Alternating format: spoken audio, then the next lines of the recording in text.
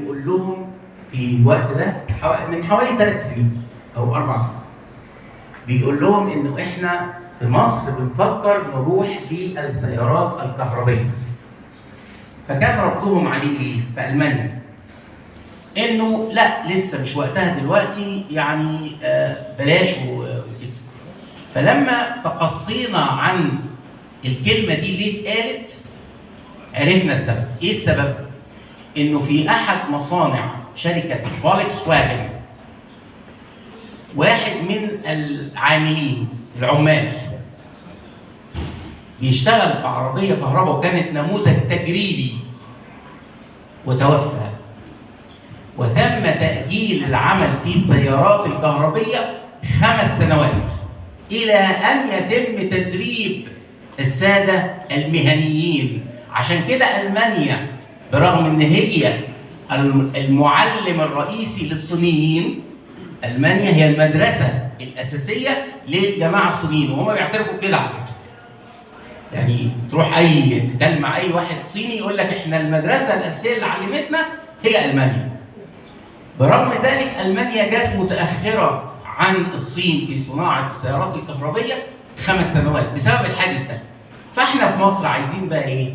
مش عايزين يحصل لنا كده، مش عايزين نتأخر، عايزين دايما نكون متقدمين. عشان كده الشركة دي أساس الشغل بتاعها هو تدريب الناس اللي هيتعاملوا في السيارة الكهربائية، سواء مصنعين أو في خدمة ما بعد البيع.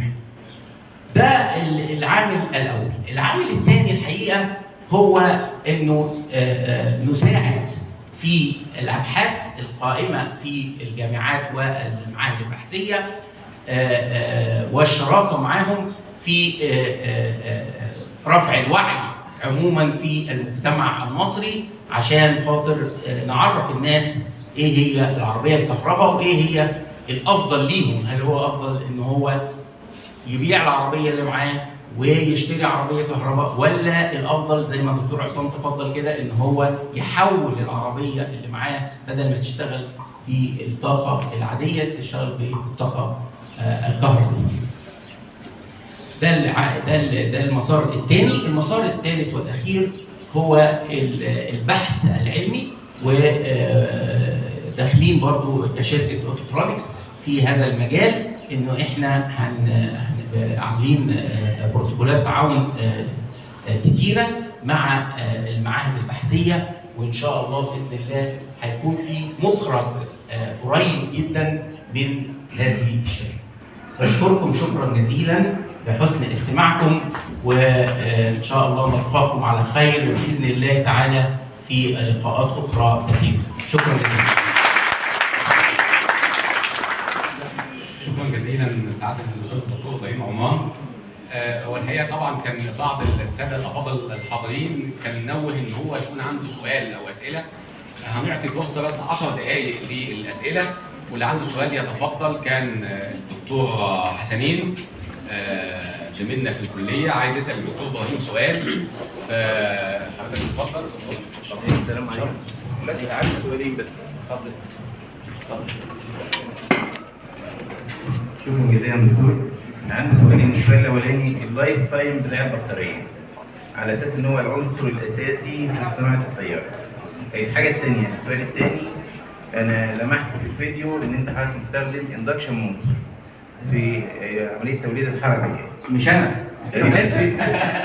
الفيديو في انواع ثانيه من الموتورز نقدر نستخدمها زي البيرمنت ماجنت سنكرونس ماشين.